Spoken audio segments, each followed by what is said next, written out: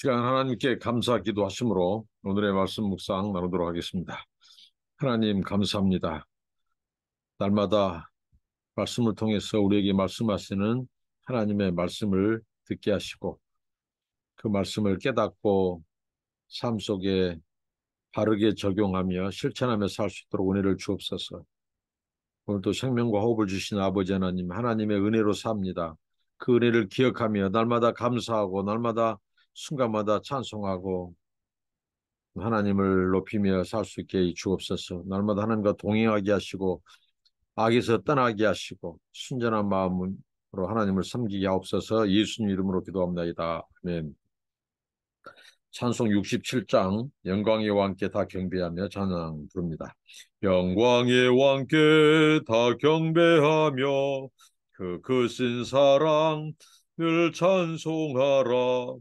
이부터 영원히 잠방되시니 그 영광의 주를 다 찬송하라. 능력과 은혜 다 찬송하라. 그 옷은 햇빛 그 집은 궁창 그 누의 소리로 주노하시고 폭풍의 날개로 달려가신다. 저 아름답고 놀라운 일이 가득한 이 땅 다 주의 조화 그 힘찬 명령에 더 잡히나니 저 푸른 바다는 옷자락이라. 질그릇같이 연약한 인생 주 의지하여 늘 강건하리. 온 백성 지으신 만왕이시니 그 자비 영원히 변함없어라. 아멘. 네, 욥기 12장입니다. 욥이 대답하여 이르되 너희만 참으로 백성이로구나. 너희가 죽으면 지혜도 죽겠구나. 나도 너희같이 생각이 있어 너희만 못하지 아니하니 그 같은 일을 누가 알지 못하겠느냐. 하나님께 불러 아뢰어 들으심을 입은 내가 이웃에게 웃음거리가 되었으니 의롭고 온전한 자가 조롱거리가 되었구나. 평안한 자의 마음은 재앙을 멸시하나 재앙이 실족하는 자를 기다리는구나. 강도의 장막은 형통하고 하나님을 진노하게 하는 자는 평안하니 하나님이 그의 손에 후히 주심이니라. 이제 모든 짐승에게 물어보라. 그것들이 네게 가르치리라. 공중의 새에게 물어보라. 그것들이 또한 네게 말하리라. 땅에게 말하라. 네게 가르치리라. 바다의 고기도 네게 설명하리라. 이것들 중에 어느 것이 여호와의 손이 일을 행하신 줄을 알지 못하랴. 모든 생물의 생명과 모든 사람의 육신의 목숨이 다 그의 손에 있느니라. 입이 음식의 맛을 구별함 같이 기가 말을 분간하지 아니하느냐. 늙은 자에게는 지혜가 있고 장수하는 자에게는 명철이 있느니라. 지혜와 권능이 하나님께 있고 계략과 명철도 그에게 속하였나니 그가 허르신즉 다시 세울 수 없고 사람을 가두신즉 놓아주지 못하느니라. 그가 물을 막으신즉 곧 마르고 물을 보내신즉 곧 땅을 뒤집나니 능력과 지혜가 그에게 있고 속은 자와 속이는 자가 다 그에게 속하였으므로 모사를 벌거벗겨 끌어가시며 재판장을 어리석은 자가 되게 하시며 왕들이 맨 것을 풀어 그들의 허리를 동이시며 제사장들을 벌거벗겨 끌어가시고 권력 있는 자를 넘어뜨리시며 충성된 사람들의 말을 물리치시며 늙은 자들의 판단을 빼앗으시며 귀인들에게서 멸시를 쏟으시며 강한 자의 띠를 푸시며 어두운 가운데서 은밀한 것을 드러내시며 죽음의 그늘을 광명한 대로 나오게 하시며 민족들을 커지게도 하시고 다시 멸하기도 하시며 민족들을 널리 퍼지게도 하시고 다시 끌려가게도 하시며 만민의 우두머리들의 총명을 빼앗으시고 그들을 길 없는 거친 들에서 방황하게 하시며 빛 없이 캄캄한 내를 더듬게 하시며 취한 사람같이 비틀거리게 하시느니라. 네, 욥의 대답입니다. 네, 앞에 나마 사람 소발이 말을 했죠. 소발은 욥을 아예 죄인으로 정죄한 친구죠. 그래서 욥이 이제 그 세 친구가 말을 하고 나서 욥이 굉장히 상기된 표정으로 화를 내면서 욥이 이제 대답을 합니다. 너희만 참으로 백성이라고 하지 마라. 여기서 참으로 백성이로구나 하는 것은 자기들만 지혜자라고 한다는 거죠. 근데 욥이 이 너희들 교만하지 마라. 나도 너희들의 지혜 못지않다. 나도 지혜자이다. 내 지혜가 어떻게 보면 너희보다 더 뛰어나다 하고 그들의 교만에 대해서 욥이 이제 굉장히 성토를 합니다. 그 세 친구는 아예 욥이 이, 이 죄를 지었기 때문에 하나님께 재앙을 받았고, 그 너에게 재앙이 임한 것은 고난이 임한 것은 네가 바로 죄인이라고 하는 너의 죄 때문이라고 하는 그 인과응보의 원리, 이 소위 말하는 권선징악의 원리, 인과응보의 원리로 욥을 계속해서 정죄하고 죄인 취급합니다. 그래서 욥이 바로 너희들의 지혜가 얼마나 뛰어나냐. 나도 너희 지혜 못지않다 하고 그가 답변을 하죠. 그러면서 그가 이렇게 하나님 앞에 탄식을 합니다. 하나님이 자기가 기도하면 다 응답해 주셨다는 거죠. 그 정도 하나님과 가까웠다는 거죠. 그런데 그가 이제 하나님에 대해서 이렇게 탄식을 합니다. 어, 이제 이웃에게 웃음거리가 되었다는 거죠. 자기는 죄가 없다고 생각하는데 의롭고 온전한 자, 곧 욥 자신이죠. 근데 조롱거리가 되게 하셨다는 것이죠. 한때 욥이 하나님께 응답받고 욥이 하나님께 기도한 것은 그때그때마다 응답해 주신 하나님이 이번에는 이 악인들, 어, 불의한 자들, 의롭지 못한 자들에게 비웃음거리가 됐다는 거죠. 어, 그리고 이 평안한 자, 이 평안한 자들이 볼 때에 바로 이 실족하는 자들은 바로 이 죄를 지었기 때문이라는 거죠. 그리고 그 평안한 자는 의인이고 평안한 자는 죄가 없는 자는 거죠. 그러나 실족하는 자들은 죄가 있기 때문에 실족한다. 이게 다분히 바로 세상적인 이 가치 기준이죠. 인과응보고 그래서 사람이 평안하고 행복하고 일이 잘 되고 하면 그 사람들은 어떻게 보면 의인이고 실족하고 넘어지면 불행하면 그 사람들은 죄를 졌기 때문에 불행하다는 거죠. 이렇게 인과응보의 원리로 이게 바로 누굽니까? 고발자요. 기소자 사탄이 그랬어요. 마찬가지로 욥의 세 친구도 이 인과응보의 원리를 못 넘고 있다는 거죠. 욥이 불행한 것, 욥이 지금 재앙을 만나고 저렇게 하는 것은 욥의 죄 때문이다. 욥이 그 죄 때문에 지금 초래된 일이다 하고 계속해서 그를 공격하고 정죄한다는 거죠. 그러니까 욥이 이제 여기에 대해서 답변하면서 욥의 신학과 욥의 세계관도 흔들리고 있다는 거죠. 그러면서 그가 탄식하기를 이 하도 욥의 친구들이 그렇게 말하니까 이 하나님에 대한 것도 욥의 관점이 흔들려요. 누차 제가 말씀드렸습니다. 앞에서 그것은 뭐예요? 우리가 고난, 그다음에 친구들의 공격, 그 세속적인 그 신학과 인간적인 그런 관점의 도전 이런 것들이 자꾸 공격하게 되면 욥 자신도 모르게 하나님에 대한 중심성이 흔들리고 기독교 세계관의 관점이 아니라 세속적인 세계관의 잣대로 그다음에 욥이 이 소위 말하는 하나님의 말씀으로 자신의 삶과 인생을 해석하는 것이 아니라 무엇으로 자기의 삶으로 해석한다는 거예요. 하나님의 말씀을.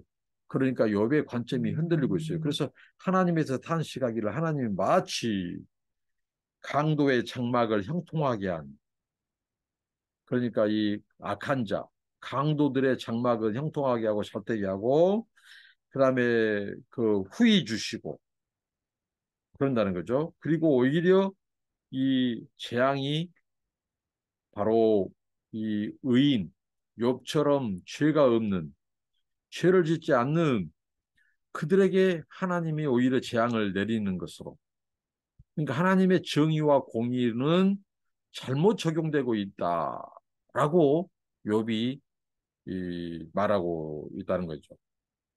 그러니까 친구들에 대해서 자기가 너희들만 지혜롭다고 하지 마라. 나도 지혜가 있다 하면서 그가 깨달았다고 하는 말이 어떻게 보면 굉장히 애곡된 답변을 하고 있죠. 하나님께서 마치 이 불의하고 이 강도들에게 평강을 주시고 후히 주신 것처럼 그리고 자기처럼 이 어떻게 보면 선하게 살려고 하는 의인들은 어떻게 보면 더 평강이 없고 고난이 당하고 실족하게 만든 거예요. 그러니까 하나님의 정의와 공의는 정당하지 못한 것처럼 얘기한 거예요. 이게 자꾸 친구들에게 권선징악과 인과응보의 원리를 자꾸 주입당하다 보니까 마치 욥이 하나님의 정의와 공의가 악인들에게는 더 후하고 더 평강이 임하고 강도들에게 더 은혜를 베풀고 그다음에 자기처럼 의인들 그들은 억울한 일을 당했다는 거죠. 그러면서 이 하나님의 정의가 불합리하고 이 하나님의 정의의 적용이 어떻게 보면 불공정하다라고 하는 사실은 그가 그 뒤에 7절부터 12절에 보면 이 짐승들 또 다 아는 바라는 거죠. 모든 짐승에게 물어봐라. 공중의 새에게 물어봐봐. 어? 다 그들도 말한다는 거죠. 이 하나님의 정의와 공의가 어떻게 보면 이 세상에 적용될 때 참 불합리하다. 오히려 악인들 강도 이들에게는 평강이 임하고 오히려 욥 자신처럼 선하게 살려고 하는 의인들에게는 더 고난이 있는 것. 그러니까 하나님의 정의가 불공평하고 억울하게 만든다. 이것을 짐승들, 새들 또 다 아는 바라고 욥이 그렇게 말하고 있습니다. 그러면서 또 욥이 그 뒤에 말씀에서는 하나님의 주권을 인정을 해요. 그 12절부터 13절부터 그가 고백하는 이 하나님의 지혜와 권능, 주권 이런 부분을 욥이 또 다 인정을 합니다. 지혜와 권능이 하나님께 있고 계략과 명철도 그에게 속해 있다. 그리고 하나님이 허르신즉 세울 수 없고 어? 하나님이 가두신즉 놓아주지 못하느니라. 하나님이 막으시면 마르고 그 물을 보내면 땅이 또 뒤집히나니 이렇게 말하고요. 그리고 하나님은 그 주권만 인정한 것이 아니라 욥이 바로 모사, 하나님의 통치에 대해서 모사는 바로 세상의 그 유명한 자들, 지혜로운 자들, 통치자들, 그 고관 대작들 그들을 벌겨벗겨 꺾고 간다. 이것은 바로 그들을 포로가 되는 신세, 또 재판장을 어리석은 자가 되게 하시며, 하나님은 세상에 뛰어난 자들, 재판장들, 고관 대작들을 또 포로로 잡혀가기도 하시고, 또 그들의 이 재판장들의 그 논리며 이런 이 법리적인 뛰어남도 어리석은 자가 되게 하시는 하나님이라는 거죠. 그러니까 하나님의 지혜, 욥의 세 친구들에게 너희들이 지혜롭다고 하나 너희들을 교만하지 마라. 나도 너희보다 더 지혜가 뛰어나다. 그리고 하나님의 이 주권, 하나님의 섭리 이것을 말하면서 하나님은 고관 대작들도 포로로 잡혀가고 끌려가기도 하시고 또 이 재판장 그 뛰어난 논리 법률가들 이 사람들도 어리석게 하시는 분이다. 예? 그렇게 말을 합니다. 그러니까 하나님은 모든 민족들 또 기인들 이들을 또 역전되게 하시는 분이다 이거죠. 민족들을 흥망성쇠 커지게도 하시고 멸하게도 하시고 또 이 우두머리들의 총명도 하나님이 빼앗긴다. 그리고 방황하게 하신다. 빛 없이 캄캄한 데를 더듬게 하신다. 취한 사람 같이 비틀거게 하신다. 이 하나님의 이 지혜 그러니까 하나님의 이 주권 하나님의 또 지혜를 또 욥은 인정한다는 거죠. 그러니까 욥의 세 친구들을 너희들의 기준이 뭐냐 이거죠. 너희들의 기준. 욥의 세 친구들의 기준은 자기들의 곧 기준이에요. 자기들의 신학, 자기들의 관점, 세상적인 지혜, 학문 이것으로 모든 것을 판단해요. 그러면서 마치 자신들이 하나님의 변호인인 양. 근데 하나님은 사실 변호인이 필요 없어요. 하나님이 곧 주권자고 하나님이 욥이 고백한 것처럼 하나님이 주권자고 하나님의 지혜자고 하나님의 통치자예요. 근데 욥의 세 친구들은 마치 자기들이 바로 하나님을 변호한 것인 양. 그리고 이 억울함 당하고 아파하고 탄식하는 욥에 대해서는 변호할 줄 모른다는 거죠. 그리고 오히려 자기들이 하나님을 대신해서 이 판단자가 되고 변호자가 되어서 억울하다고 탄식하는 그 욥을 향하여 너는 죄 때문이다. 하고 네가 죄 때문에 재앙을 당한다. 회개하라. 하고 욥을 오히려 정죄한다는 거죠. 그 아픔에 귀를 기울이지 않고 자기들이 마치 하나님의 변호인처럼 행세해요. 오늘날 교회 안에도, 오늘날 신자들 안에도, 이런 목사와 우리 선교사들 안에도 자기들이 하나님의 대리자요 변호인처럼 행세하는 자들이 많습니다. 이 아파하는 자들의 그 고통 소리에는 탄식 소리에는 귀를 기울이지 않고 오히려 자기들이 마치 재판장이 되고 하나님의 변호사인 양, 변호인인 양 사람들을 정죄하고 판단하고 그런 자들이 있다는 거죠. 그래서 욥이 거기에 대해서 답변하면서 욥이 거기에 대해서 친구들의 거기에 대해서 또 이 교만하지 말라 하고 또 자신은 또 하나님에 대해서 가지고 있는 왜곡된 시선으로 답변을 하죠. 하나님이 마치 이 악인들 그들에게 오히려 평강을 주고 축복을 주고 오히려 자기처럼 억울한 자들이 있게 하시는 그래서 하나님의 정의와 공의가 잘못 적용되지 않느냐. 욥도 흔들리고 있어요. 이것을 짐승들도 다 안다고 하는 거죠. 그러면서도 하나님의 주권과 지혜와 통치에 대해서는 인정한다는 말입니다. 그러니까 오락가락하는 욥의 모습을 또 안 봅니다. 우리가 오늘 이 말씀을 통해서 예부에서 아무리 나를 흔들어 놓고 나를 정죄한다고 해도 우리가 하나님의 말씀이 기준이 돼야 된다. 하나님의 말씀으로 세상을 해석해야 돼요. 하나님의 말씀으로 환경과 사람들의 말과 세상의 이 가치관과 철학을 상대화시키고 해석해야 돼요. 그런데 나의 삶으로 하나님의 말씀을 해석하면 안 된다는 거죠. 욥이 흔들리죠. 욥이 바른 말 하다가도 또 2% 세버린단 말입니다. 2% 부족한 말을 해요. 그 세상적인 관점에 자기도 모르게 동화되고 흔들리는 욥의 모습을 봅니다. 자, 욥은 자기가 너무 고통이 심해서 충격이 예부로부터 오는 충격이 너무 심해서 그 탄식한 나머지 그렇게 잠깐 그가 흔들린다고 치더라도 자기들이 하나님의 변호인인 양 자기들이 성경의 중심적으로 말 진리에 서 있는 양 가장 자기들이 지혜로운 양 하는 욥의 세 친구는 도대체 어떤 자들이냔 말입니다. 그들은 바로 하나님의 말씀의 기준에 있지 않습니다. 자기들의 경험, 세상적인 지혜로 형제의 아픔에는 귀 기울이지 않고 그 탄식과 절규는 듣지 않고 오히려 정죄만 하고 판단만 하고 심판하는 그런 자들. 그들은 바로 세상의 지혜를 가진 자지 하나님의 지혜자, 하나님의 말씀으로 하는 자들이 아니라는 것입니다.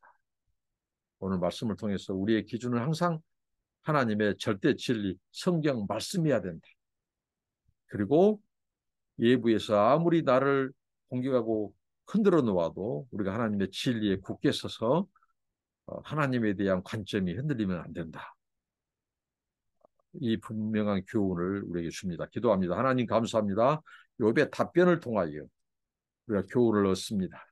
하나님 세상 예부로부터 오는 우리를 향한 우리를 흔들어 놓은 그런 공격들 하나님의 말씀, 성경적인 이 가치관과 세계관을 흔들어 놓은 그 도전들에 대해서 우리가 흔들리지 않게 하시고 항상 하나님의 말씀이 기준이 되고 하나님의 말씀으로 인생과 세상과 모든 가르침들을 하나님이 해석해 내릴 수 있는 분별력, 진리의 분별력을 주옵소서.